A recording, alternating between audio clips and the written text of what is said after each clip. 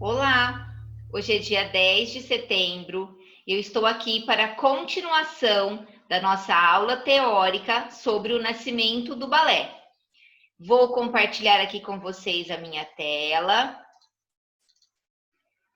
Então, estamos lá para a nossa segunda parte. A teoria dessa aula também foi tirada do livro Pequena Viagem pelo Mundo da Dança, que é este livro aqui, da Lenira Rangel. E uma outra parte, uma pequena parte, foi tirada do site da Ana Botafogo, que vai falar sobre o Noverre, tá bom? Então, a primeira parte, nós falamos sobre o surgimento, que ele veio da Itália para a França, com a Catarina de Médicis, tá? E hoje nós vamos seguir falando sobre o sonho de voar. Então, muitos homens e mulheres, sempre sonharam em voar. E esse sonho ele veio desde a Grécia Antiga e até o dia de hoje. Então, nós tivemos a pessoa que chegou a desenhar um avião, né, uma máquina voadora, que foi o Leonardo da Vinci. E depois, o Santos Dumont, ele acaba se consagrando com a criação do avião. Então, vamos dizer assim, foi a primeira máquina voadora. O balé, ele também sonhou em ver os seus bailarinos voando. Então, como que eles fizeram para que os bailarinos pudessem apresentar essa sensação de voar? Eles criaram alavancas e roldanas que puxavam os bailarinos para cima. Então, a gente está vendo aí na figura ao lado, tem um homem puxando uma caixa. O que acontecia com os bailarinos? Eles eram puxados. Então, imagina que no lugar dessa caixa era um bailarino ou uma bailarina, tá? E eles eram içados, eles eram puxados para cima, então parecia que eles estavam voando no palco, tá? Então, a primeira bailarina que foi erguida por essas máquinas foi em 1726, e a bailarina conhecida como Marie-Anne Coups de Camargo. Ela era uma bailarina belga, tá? E para que isso acontecesse, para que esse levantamento dela por essa máquina fosse possível, ela encurtou o vestido dela. Os vestidos sempre foram muito grandes e muito pesados.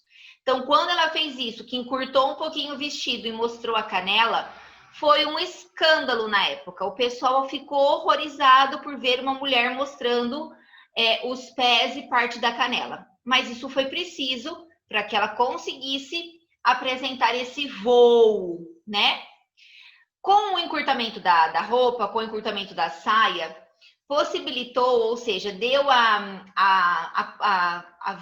chance da bailarina fazer um trabalho da bateria dos pés, tá? O que é a bateria dos pés? É toda vez que a gente salta e os nossos pés fazem batidas no ar. Com um vestido muito pesado, as bailarinas não conseguiam nem sair do chão, quanto mais bater os pés, né? Até a Marie, que era conhecida como La Camargo, essa bateria dos pés era só executada por homens, tá? As mulheres não faziam. Junto com a La Camargo, aparece uma outra bailarina contemporânea, chamada Marie Salé, que ela é uma bailarina francesa, tá? Aí tem as datas do nascimento e morte delas, então a gente tá vendo que são bem antigos, né? Elas nasceram em 1707, a La Camargo em 1710, tá? Então elas nasceram aí 3 anos de diferença uma da outra, mas, né, século XVIII. A Marie Salé, ou Marie Salé, ela começou a usar algumas roupas mais leves, como, por exemplo, as túnicas gregas. E nessa época, essas túnicas não foram muito bem aceitas, tá? Ela ganhou popularidade, ou seja, ela ficou muito conhecida e foi muito usada 200 anos depois. E nós vamos ver quem foi, não hoje, nós vamos ver quem foi que popularizou realmente essa túnica, tá? Então, aí embaixo vocês estão vendo uma figura de uma mulher grega. Então, esse é o modelinho da roupa que a gente fala que são as túnicas gregas, tá bom? Elas eram muito diferentes na forma de dançar. Então, elas eram reconhecidas pelas suas formas distintas, diferentes de apresentar o balé. A La Camargo, que é aquela primeira que eu apresentei para vocês, ela era ágil, ou seja, rápida e muito leve. A Marie Salé, ela era solene e firme. Então, são características de bailarinas diferentes. Então, elas se diferenciavam.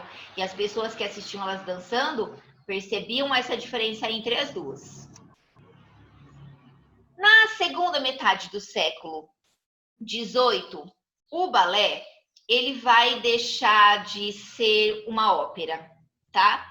O balé ele entrava antigamente nas festas, lembra que eu contei para vocês, nas festas das cortes, e estava sempre junto com a ópera, com o canto, com a fala.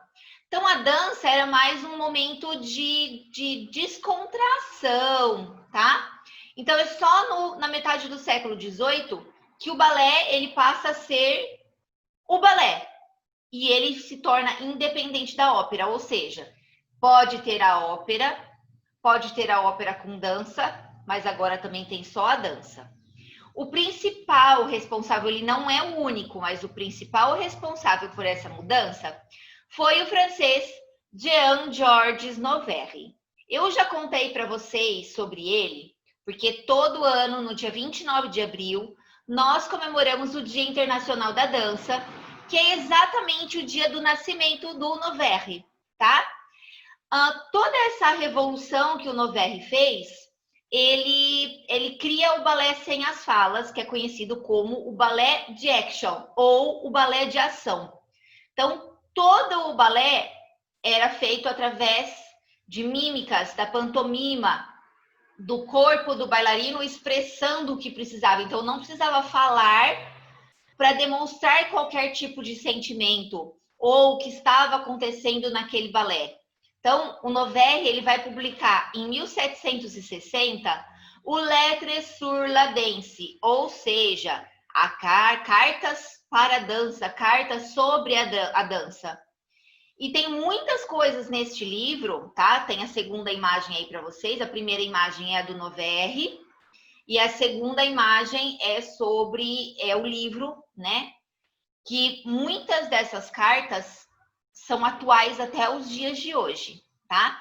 Então, ele foi o grande responsável por esse desenvolvimento, essa mudança que teve no balé.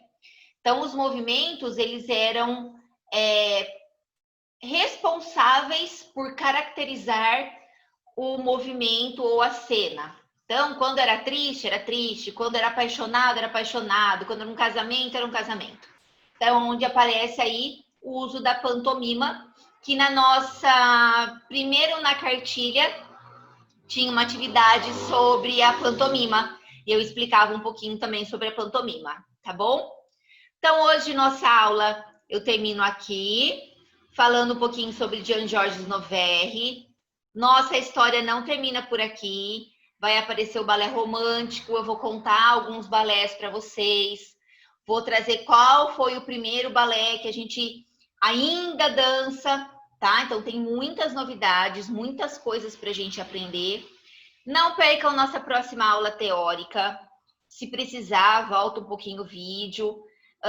Não precisa ficar muito preso a datas, tá? Mas tenham noção de que ano eu estou falando, que faz muito tempo, nós estamos em 2020, nós falamos de duas bailarinas que nasceram em 1710 e a outra em 1707, ou seja, são 300 anos do nascimento delas. Então, o balé veio evoluindo desde lá da época da corte, lá da Catarina de Médicis. Na verdade, a dança ela vem evoluindo desde a época do Homem das Cavernas, né? Porque a gente dança desde a época do Homem das Cavernas. Combinado? Então, um super beijo. Espero vocês nas nossas próximas aulas. E prestem bastante atenção nos vídeos, tá bom? Não perca nenhum vídeo, ó. Um super beijo. Até a próxima aula.